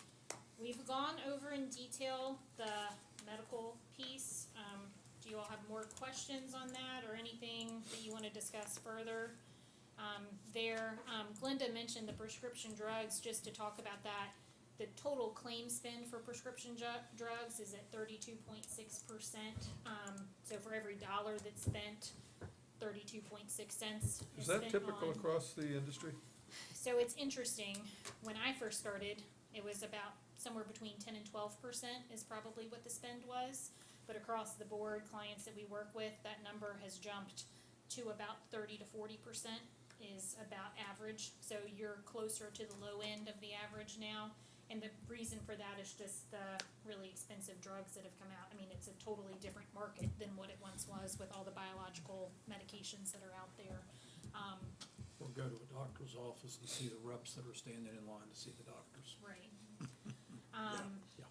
Yeah. And so, we are Is a lot looking- more of that is, people are starting to use more, continuing drugs for chronic conditions. It's that, it's exposure, knowledge, right? Because you can Google any condition that you have and look for medications that can treat it. There is a medication for literally any condition that you have that's out there. They're developing more. The patents on drugs are being extended, so that they stay, the high cost longer. They're getting rid of some of the generics and rebranding them as the high cost drugs. I would tell you, this all sounds doom and gloom. I do feel like there is a light being shown on the problem around pharmacy, and so we're trying to help monitor that through the programs, and we're also trying to make sure employees understand what their options are as much as we can. You know, they don't wanna pay hundreds of dollars for medications anymore, you know, than they have to, but I think it's just the general culture is prescribe a medication for whatever ails you. And so that'll change, I think, over time. I'm optimistic for that, but I also am an optimistic person, so I will qualify it with that. But we are monitoring it. You are on the lower end, but, any number of things could change that over time, so we keep a pulse on that. And we've talked about the Key Care Plan, fairly extensively. We've talked about the contribution plan and what the schools are doing as well, so we've covered that. Just to highlight the long-term strategy, I am adding a goal to have that, contribution consistency or parity that we mentioned. But we're also, really constantly looking at financial stability to make sure this plan works long-term. We're trying to help employees, be better consumers, through plan choice, but also education, so that they understand what's going on. Making sure that you have a nice array of benefit offerings so that folks, you know, have choice. Healthcare reform has not gone away. We haven't spent a lot of time on that, lately, but there are still things in play that we're monitoring. Stuff changes every day. A new bill or an executive order was passed, last night. We're trying to stay on top of those things, to make sure your plan is running well. And then, we're also looking at a well-being program. We have spent an extensive amount of time, with your, team to figure out what the right fit is for your group, and so more on that is coming. And we are looking to you all for participation in that once we're ready. 1 or 2 representatives to be part of that group, so that, your employees in general are looking for well-being programs through the workplace, and so we want to make sure you're leading the charge for that, and we're looking to implement some changes for that, in the future. So that's on the docket, and we're working. So does it mean one of us has to sign up for the health club? I see a treadmill in your future, Lee. You have to, but This would be for the entire insured population, the schools and general. correct. So it would be both combined. Yes. We've had some success with other entities across the state doing some different creative things. We just helped the city of Danville rolled out a healthcare clinic, for example, for their population of folks. And so those are the kinds of things we're looking at to see, does it make sense for you all to consider things like that? It may or may not, but those are things that we're looking at, and would love to have your participation, but we won't twist any arms. But obviously it helps, when you all kind of know about it as we go through that. So we'll keep you posted on that. The dental, Glenda covered that as a whole. And then the other benefits, this is where, just to highlight that, we did market studies for all lines of coverage this year, for the medical, the reinsurance, the dental, and vision, legal, COBRA, and FSA, and employee assistance. So we were pretty busy in looking at all the different options that are out there. And I'm happy to say on the vision, we've actually increased the employee benefit on that for frames or contact lenses. Their allowance went up for that, and the rates went down about 4% for the vision through IMED. Your legal plan, through Legal Resources, we were able to negotiate a 6% reduction in the premiums through the competitive negotiation process. Your COBRA and FSA administration will be moving to Health Equity. That's who the HSA is moving to, and we were able to get some substantial savings there. It's about 23% for the COBRA administration and 32% for the flexible spending account. And then your employee assistance program was with Optima. We're recommending that move to Anthem, and there was about an 8% savings for that. That is paid for by the county, so that's direct savings. What is to you the all for employee that. assistance program? So that's a service that's provided to employees and anyone that lives under their house, not necessarily a spouse or child, but just anyone that lives under their house, that they have access to reach out for mental health and behavioral health assistance. They can call into a number and get 4 visits, either virtually or with a counselor, to help them work through any number of things, life events, work events, divorce, death. So it's basically mental health type. It is, but it's enhanced more so than what's in your medical program. Okay. It is also an offering that your supervisors have the ability to do a direct referral for employees to mandate that they participate in that program if they notice that they need some help at work. So it could be, just to use an example, substance abuse. If a manager notices that that's a problem, they could refer them to the EAP to get the help that they need. Your manager is not equipped to help someone through that. It's a way for them to get them the right help that they need. We've used it on a mandatory basis with personnel matters, particularly with maybe anger management, interpersonal skills, and absenteeism is one that we've done the referrals. And the supervisor can talk to the counselor outside of, with the employee to explain what the situation is. And we found it pretty beneficial.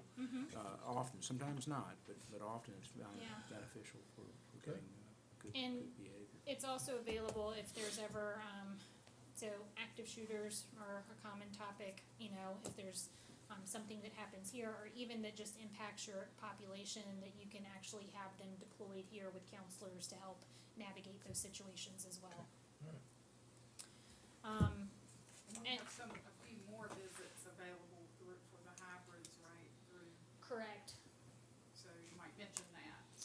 Yeah, There is so, a population that has more than the 4 visits.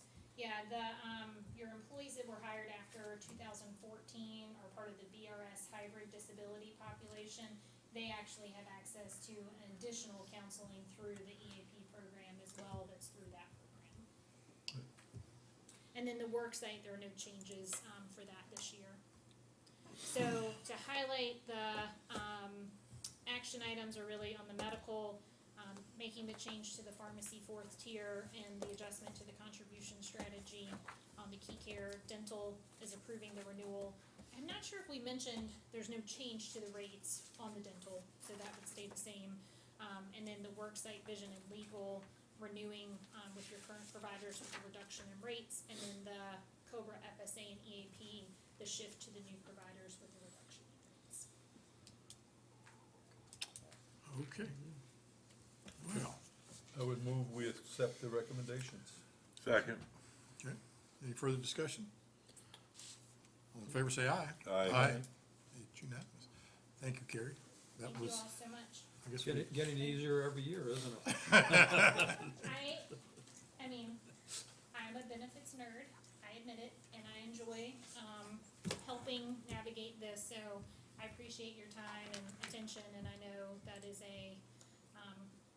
it's tough to just hear it, kind of once a year. But anytime you have questions, you just reach out, I'm happy to help, but thank you all so much for your partnership. all right.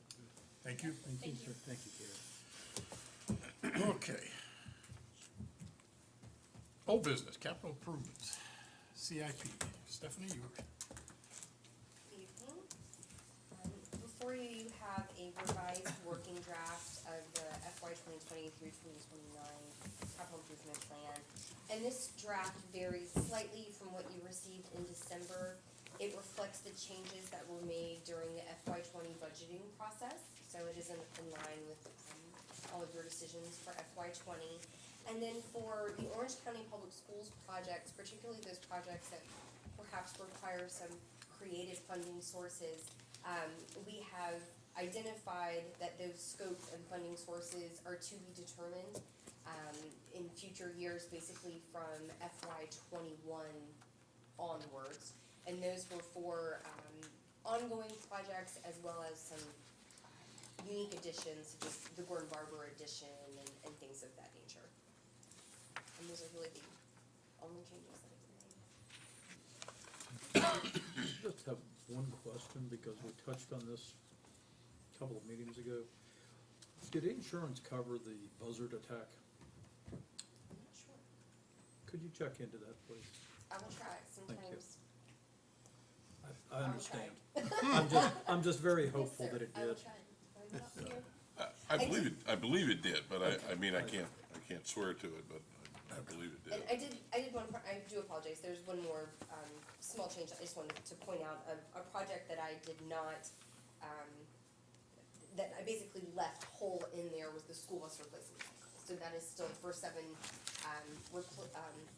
buses year over year, and it varies between lease purchases and cash, but I left that project whole essentially. So that funds the 7 per year Yes, sir. plan that we're Yes, sir. trying to get to. Absolutely. Everything else, all the other school projects, have those clarifying factors with funding sources and, perhaps a revised scope. And I hope to, my goal is to be able to bring to you next year, hopefully early winter, a more clearly defined, timeline and project scope, not only again for our county projects, but also for the schools, so maybe we can, even procure things jointly to perhaps save on costs and just look at it, a little more holistically. Mr. Chairman, members of the board, now, I guess, just to recap the timeline, we've brought this working draft, certainly got the schools sorted out for the time being. We had planned to bring this back at the July 9th meeting for action. Certainly could take action tonight if you're prepared to adopt it, either tonight or on the 9th. Then once this is done, then we'll start back into the next update here at the beginning of August. We normally start in middle July. Well, and to that,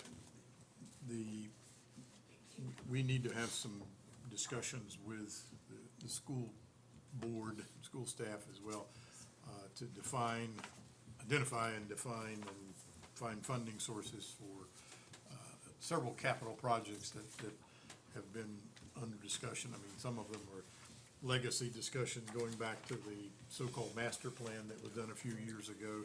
Been lots of changes to that, and that there's pieces of that need to be revisited. There's the issue of the Gordon Barber situation, and some others. And so I say this because while we probably won't get that perfectly aligned with the next round of CIP, we need to be figuring out how we're going to address that. You know, there was a standing committee at one time that was doing some of that, but there's also the budget implications that have to be part of it. So we need to sort through that ourselves and figure out, okay, how do we want to address that? What committee? It's probably done best through some type of committee assignment that gets done, but we do need to move forward on that and cause the schools to move forward on that as well. Stephanie's not gonna solve that problem for us. She's a miracle worker, but not that miracle. So I did leave all those projects in here so we don't lose track of them. I just deleted some of the more aspirational funding that was previously assigned to them. Okay, any other questions? I think we're all still on the same committee, aren't we? I guess. I don't think it went away, so. I would make the motion to go ahead and Adopt. adopt this. Okay. Is there a second? Second. Okay. Any more discussion? I think we need No. to have this so we can move forward with the next. Okay. True. All right. All in favor, say aye. Aye. Aye. Thank you very much. Thank you. Thank you, Stephanie. Okay. Department Director, Constitutional Officer reports, I see none. County Attorney. No report. Okay. County Administrators report. You. Yes, sir. I think we have no public hearings tonight. No, Sandra's here. We probably maybe get through this if it seems like there's going to be significant discussion. Okay. But you want to try doing this? So, okay by me, everybody, all right? Yeah. Which is, all right, Mr. Chairman, members of the board, at your May 28th meeting, you had a public hearing on text amendments to the planned development mixed-use district for the Germanna Wilderness area. No one appeared in support or opposition to these. These text amendments were brought to our attention by the development community in order to provide clearer, more flexible standards. A lot of discussion by the board, but some of that discussion centered on two topics. One, this proportional acreage between residential and non-residential. It had not at least 30%, no more than 100 acres was the proposed amendment. I think the planning commission discussion, certainly the board struggled what was proportional. You know, a 1,900 acre development would require a lot of commercial land. The other thing is just the general intent of this to be flexible. So I went in and made some adjustments to this. I won't go through all the specific ones, but the overall intent was to make this more flexible and say that right up front. In section 70, 50 line, basically lines 59 through 67, it says, you can go with this guidance, which some developers really like the guidance, or others may say, I like a little bit of this, but I'd like to maybe modify that. This allows that, and County Attorney and Sandra have looked through it, allows that flexibility at the time of rezoning for them to propose something different than what is outlined here. Except there are some, I guess, what would become non-negotiables, that there is still a requirement for minimum of 20 acres before you're eligible to do this. 2, all roads will be designed to VDOT secondary road standards, but the board, for certain findings of health, safety, welfare, may modify that for certain developments. And then no structures higher than 45 feet. Public utilities are required, water, wastewater for all of the development, and utilities are all to be underground. Other than that, if a developer has a better way or a better context of the development, then they're certainly prepared and have the ability to offer that up. on the proportionate, I went through, I think Sandra and I went through any number of math calculations, and we were getting twisted in knots on it. So at the end of the day, I think what we came up with, as long as there's sufficient area of non-residential or commercial land use to support residential land use. It's very subjective, but this will all be fleshed out as part of the rezoning process, and it won't be too mechanical. And I think it gives the developers some ability with flexibility. I think that's to the highlights, Mr. Chairman, members of the board. This would have to go back to the planning commission because it's substantively changed. And I would also, if you all are good, I would certainly push to have it double advertised, so you could probably have it back to you all at the end of August. So the action you're asking for tonight is the approval to send this to the planning commission. Minor point, but I don't understand the change from shall to will, because they don't really, that doesn't really change anything. There was a lot of discussion about shall, will is, Well, you know, I don't think in this context, will is any less forgiving than shall. I didn't want to go may, so. Well, I don't know, I thought if we mean shall, then we should put shall. If we don't quite mean shall, then we should put something like should, or, you know. In other words, if it's an area where there's no wiggle room, it should be shall. If there's an area where there is wiggle room, then we should come up with the proper wiggle word to put in there. Well, in the case, as an example, on line 26, where it's talking about, in order to qualify for this district, you have to be in the GWAP area. That's a shall. Yeah. That's an absolute, and whether it's shall or will, I don't care, but Right. that's a case where That's shall, what a comp plan says. shall meant what it said Right. in that case. There's a legal thing between shall and will being, at least I thought, playing attorney. Well, the General Assembly's actually thinking about taking shall out of the whole entire state code and replacing it with will. I'm not exactly sure why, but Really? Okay. they are thinking about I stand by my point. So we will go with the state verbiage. it. To do what Mr. Johnson wants, you can stick the word generally in front of will or shall. Stick the word- Generally shall or will. If You you want want me to go back wiggle and room, make- that's the, Generally, I can make that edit, it's pretty easy to do, so. Well, I'm just saying that, to me, shall and will are the same thing. I mean, I if did- you're saying you shall go clean up your room, or you will go clean up your room, that's the same thing. Or generally you shall clean up. I've never heard that one. Or you'll have a. not to my You know, kids. it would be a real good idea for you to go clean up your room. No, If you wanna go out. Sort of means the same thing, but it's a little bit of, Well, the intent here is there's a lot about mandating things, and I thought will was a little softer,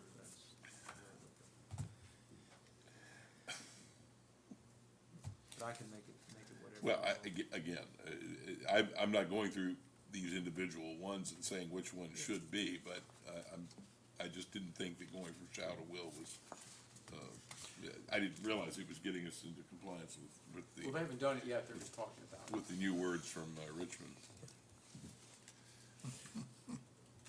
And we always listen to Richmond. I mean, I shall take that under advisement. We need a anybody, motion. anybody have a, You know, again, my only comment well, it's not my only comment, because I've already made several.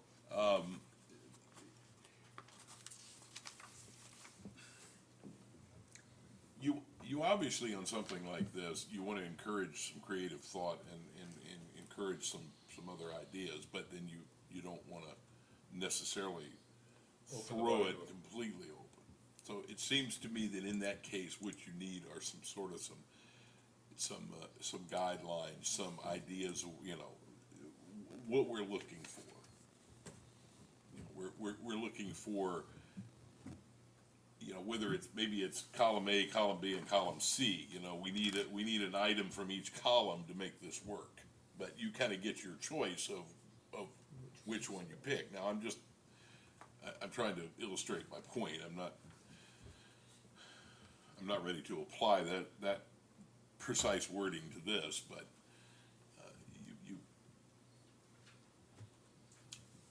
there are some things, as Jim said, that are shalls, those need to stay in here. There are other things that,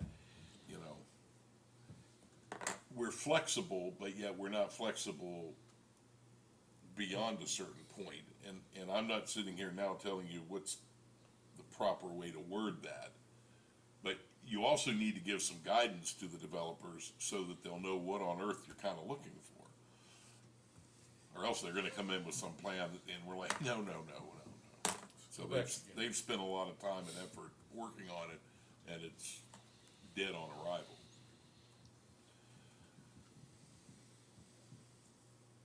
Okay, so like, just as an example, line 104, at least 2 access points to the project site shall or will be provided. That's a given. The neighborhood core, the site generally shall or will have a neighborhood core between 10 and 30%. It can be 9, it could be 35%. Is that along the lines of what? Well, I think in that particular case, a lot of this is kind of what we think when we read it, but somebody will be reading this and applying it to the real world. But like when you say a neighborhood core of between 10 and 30%, okay, you're telling somebody kind of what you want, but you're not pinning them down to it. You're saying you want a neighborhood core, but you're going to be flexible on the size of it. The access, there needs to be 2 points. I don't think that's a flexible area at all. Up here, I think it was 7567 D. Yes, that the area standards isn't. I think that's kind of was kind of the big sticking point. The one that used to be 30%, and now it's replaced by It sufficient. says a sufficient area of the mixed-use development will be developed with commercial land uses at a scale and size proportionate to serve the other types of land uses in mixed-use development. That doesn't tell me very much if I'm a developer, because I don't have any idea what sufficient is. Well, and that, there's the tension between providing a numerical number, 30% of the developable acreage, versus sufficient is a subjective term. So is it, 100,000 square feet of, 100 acres of commercial for 1,900 homes? I mean, that may be sufficient. Well, I don't think we want a situation where, because this is something that, correct me if I'm wrong, this is not something generally speaking that's gonna come back before this board. This will be decided on in the planning office. It'll be a rezoning. No, it'll be a rezoning. Be a public hearing. Isn't there some land already? In any case, this has to be rezoned, even with the adoption of G. There's Yeah, nothing yeah. zoned, currently zoned mixed use. Okay, so this is, all of this will be going through rezoning. And it'll be proffered conditions that you all would have to agree to. Well, the way this should work is that a plan comes to us, and it's that plan that, with modifications, that gets approved, and then that plan becomes the zoning document for that development. And within that plan, it has to address all of these, including the commercial piece, I guess.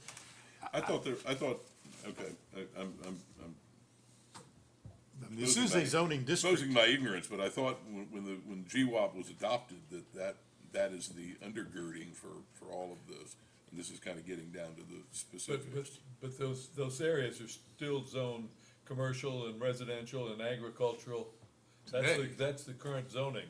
Yeah. And there is no zone mixed use. But this is a zoning district with the same standing as ag or R1 or I1 Yeah. or any others. This is a separate district.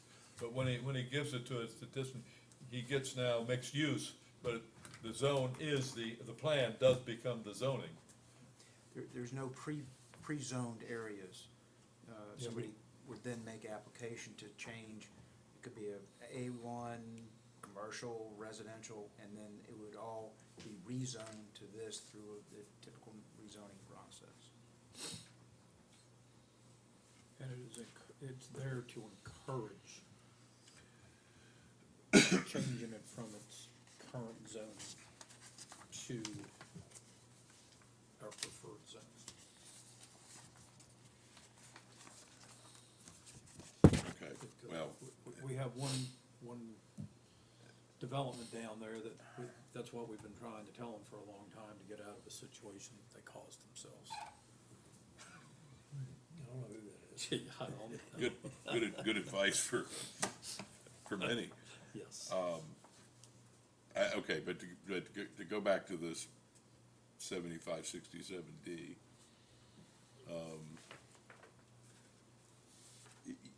you've got, a sufficient area of the mixed-use development will be developed with commercial land uses at a scale and size proportionate to serve the other types of land uses of the mixed-use development.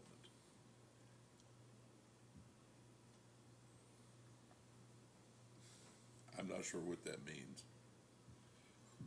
When I wrote it, it was meant to be, if I had. As kind of as an opening paragraph, it's okay, but then there's, I don't know, it seems like there should be some examples there or something, there should be, some,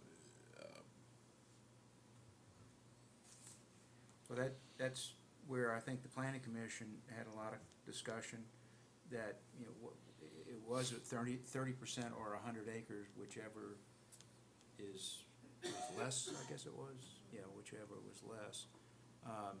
And that meant for like a 2,000 home subdivision, you would have 100 acres. Is that sufficient? And it gets complicated pretty quickly, and that's, the idea of proportionate was, you kind of would know it when you see it. but that was, but I'm not suggesting the board couldn't judge it, although I'm not sure what we would, exactly how we would decide that, but I'm just talking from the developer standpoint. I mean, we've kind of gone from one extreme to the other is how I see it, but maybe there is, Too specific. But I think you and I could differ. I'd say a 20-acre spot ought to have at least 5 acres of commercial, and you might think it needs 7. Yeah, or 2, it's,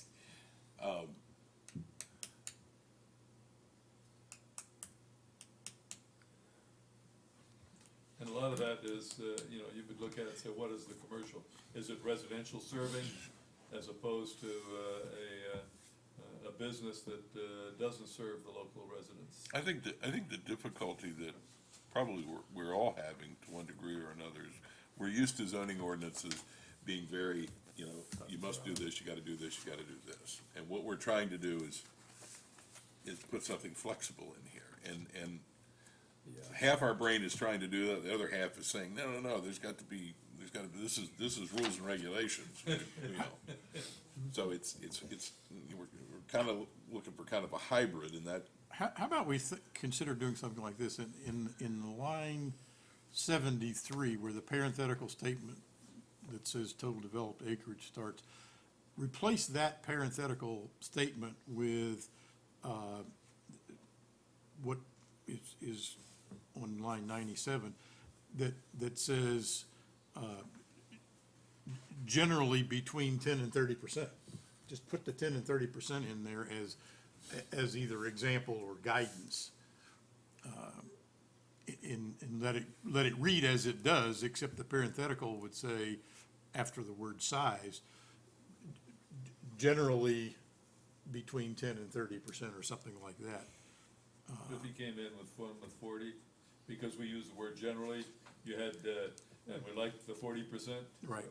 Picking up on what Mr. White said back earlier, you can modify any of this. You can make it 9.5, and if you make a compelling case, why 9? But I think Mark has a good point. We should give some guidance, that we're not expecting it to be 90%, but we're also not gonna be thrilled if it's 4%, probably.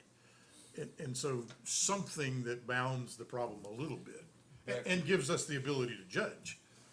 Even if it's sort of a statement of, you know,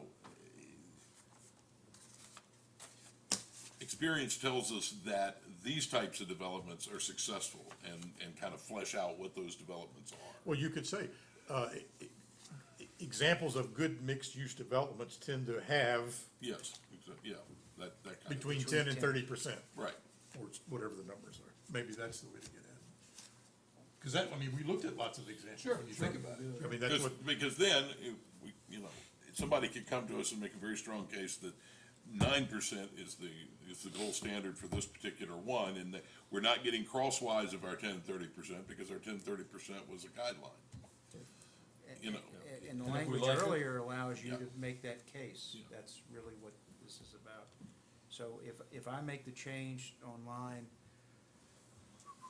73, 74, instead of total developed acreage, it'll read, examples of mixed-use development, generally between 10 and 30% of, acreage or something to give that standard, and then proportion it to, or for example, Yeah. 10 to 30%. And that's really, even though we're using the language, I mean, the neighborhood core is a little bit different because that includes, yeah, that includes residential, so that 10 to 30% would stay there also. right, right, Yeah, yeah. so that- it's really kind of borrowing that, It's consistent. borrowing the language that's down there to, you know, even though it's a slightly different 10 and 30%. Okay, I can do that. I mean, I could In other words, see your neighborhood somebody coming cores. in with 20%, and they have put a big office building there, or something that's gonna have 15 employees, and you're not serving the, you know, this is, I mean, I could just see the kind of thing, you'd have a percentage, depending on what you put there, might be acceptable or might not be acceptable. I mean, I could put I could put a commercial power plant or something, you know, some other, commercial thing that, doesn't use a lot of employees. An office building that would need a lot of people living close by to use it, and with, you know, restaurants and stuff like that, a part of it. That would be appropriate, but I could see things that would not be appropriate, even though it might meet that 10 to 30% standard. That's why I think setting it up as an example, really, or just some guidance is probably a good way to do it. Okay. All right, is that what we want to go forward with? I think that would be Yeah. excellent. I'll make that change, and then also I will revisit the will shell and make those things that appears to be shell. Be careful with those, though, because some of the Well- shells really, or wills, Yeah. need to be Wills. wills, or shells. Or shells. Whichever you choose. And then if I go, I'll do that, then Sandra and I'll go to the planning commission, we'll bring it back to the process, and then you all can certainly amend the wills and the shells. Okay. We shall. We shall. We will shall. We shall overcome, huh? Oh, will we? So, Well, let's move on. All right, I guess, anybody want to make a motion, or you just, yeah, you know, motion by second consensus, you I want to would go? move that, we send this with, as the modifications that we've discussed, sending off to the planning commission. Okay, is there a second? Second. All right, motion second. All in favor, say aye. Aye. Thank you, gentlemen. All right, I want to do board comment before we break here. Does anybody have any? I'll make just a quick one. Last week, I think it was at the VACO meeting, Stephanie and Louis did a really nice job of presenting our broadband program to the neighboring counties, basically, and seemed to be a lot of interest in what they discussed, and I just want to thank them for the extra time and effort that went into that. Those are never easy, but in that case, I think it moved the peg, and as Lee said, I think there were a lot of people there that went, oh my goodness, Orange County's doing all this? I mean, there really was that kind of reaction, so that was was a very bright moment, thank you. And along that same note, I'd like to thank Allison for all the work she put into Get it all organized. coordinating Yeah. and getting it set up. Yeah, hosting those events it's a big deal and a lot of work, and it's an opportunity, really, and I think the good news is staff especially saw it as an opportunity and treated it that way. And I think people were impressed just with how well it was run. Yeah, yeah, that was a good moment. Didn't get a lot of publicity, but it was a good And moment. the location was not too bad either. Even down to the sunset and the deer. Al. Yes. Oh, yeah. Yes. It was at the salon at Montpelier, if anybody, in case you're wondering where we're talking about. Any other? Couple of comments. One, I want to, again, congratulate, the Parks and Rec Department for the grand opening of the disc golf course. Went very well. The rain came in, but then the clouds parted and we had sunshine at the appointed time. So that all went well, and I encourage everyone who has any interest in throwing a Frisbee around, Frisbee in the non-brand name sense, to go out there and give it a whirl. Also, one of our former colleagues passed away recently.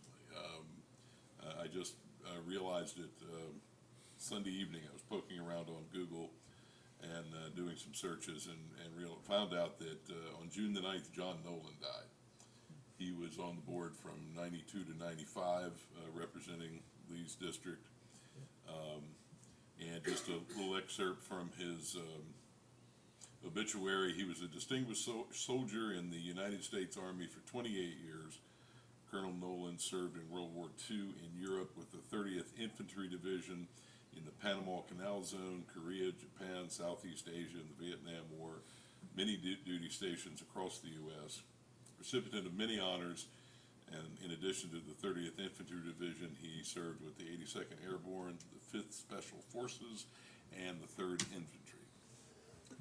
So he, again, he represented District 5 in the early 90s, lived out at Lake of Woods for a number of years before he moved back into Fredericksburg when his age got advanced. John was 96 when he died. My goodness, yeah, wow. One other quick thing on the tire, and Steve, you want to comment on that, or I Oh, will? yeah, whichever. that was amazing. Well, the, 1,200 tires or something like that, that are no longer along our roadsides. The thing was pretty well organized. Listening to the guys coming in and talking to them, I was surprised at the number of either, well, they moved into this place and it was this big stack of tires behind the garage, or I picked these up off the road in front of my property. And so he didn't have to, pay for somebody else's, either too lazy or too cheap to take them to the landfill. And the guys working from the jail did a great job. I mean, they've been very helpful to the county all along. And they stacked those things in there. We had 2 trailers nearly full, and they were stacked, I mean, like a professional would stack them. They really did a good job. But, Randy Clatterbuck at the landfill, they did a lot of extra work. They Oh, sure. prepared a site such that the vehicles were able to back up and the trailers were at ground level to be able to load. Yeah, So yeah, that was nice. the landfill staff did a great job. Captain Smith was there all day from the sheriff's office, of course, the crew. And our Parks and Recs guy, both Jason and Tim were there Less than their tails. hustling all day long. And so it was very much appreciated by the citizens that gave them an opportunity to get rid of something. But we filled that, but it wasn't like the year before when we had lineup all the way out to Route 20, waiting to come in. We finished up that first lineup in about a half an hour, but still. It was steady all the way to noon, though. Yeah. The last one rolled in about 8 minutes to 12. So it was. Yeah, it was a good day. I think the citizens appreciated it. Any other comment? No, one brief one. Sure. Seeing as none of us have any competition, congratulations to all of us. However, much to his chagrin, there won't be anything to write about. He kept trying. He kept trying. You do have the one race that should be interesting, but besides that, I'm sorry, the rest of us are just boring fuddy-duddies that do a good job and nobody wants to. I don't know if the chamber will even run run their, usual, debates. Debate? Yeah, You debate ourselves? no, it's nice not to have opposition. I am, as Doc said last time, congratulations on whipping those 29 opponents of yours, so. I had a dozen opponents, and they were Mickey Mouse and Donald Duck. Anybody but. But there were two that said anybody but frame. I think I had 5, so. And I think I know both of those.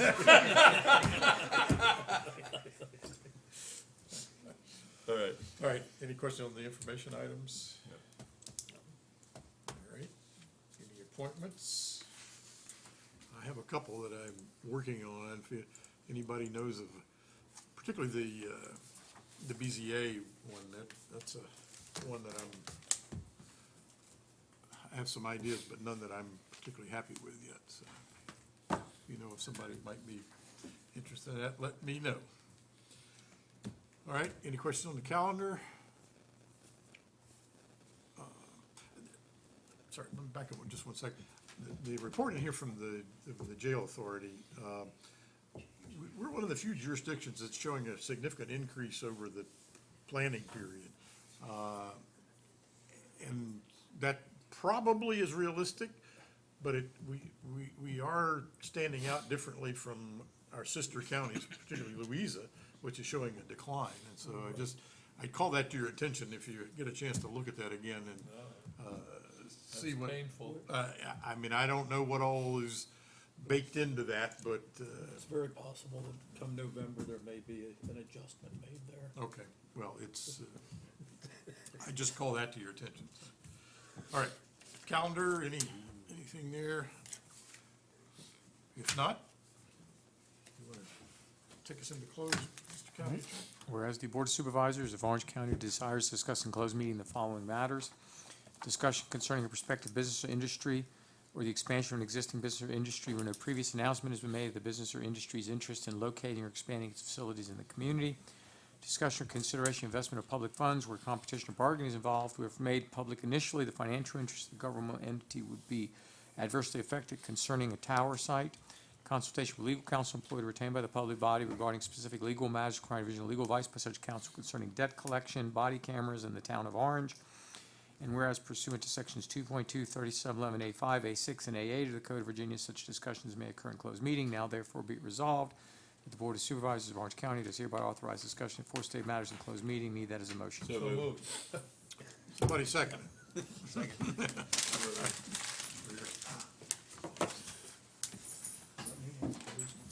Allison, would you? I saw this the other day. Oh, really? Yeah. How's old Victor doing? Ready? Doing well. Members of the board, to the best of your knowledge, were the only matters discussed in the closed meeting, public business matters lawfully exempted from open meeting requirements, and that only such public business matters as were identified in the motion by which the closed meeting was convened were heard, discussed, or considered in the closed meeting. Mr. Goodwin, Aye. Mr. White, Aye. Mr. Johnson, First. Aye. Mr. Frame, Aye. and Mr. Crozier. Aye. Okay. It's after 7 o'clock. Open to public comment. Anyone signed up? No, sir, Mr. Chairman. Close the public comment. We adjourn. I knew I better grab this quickly because I can hear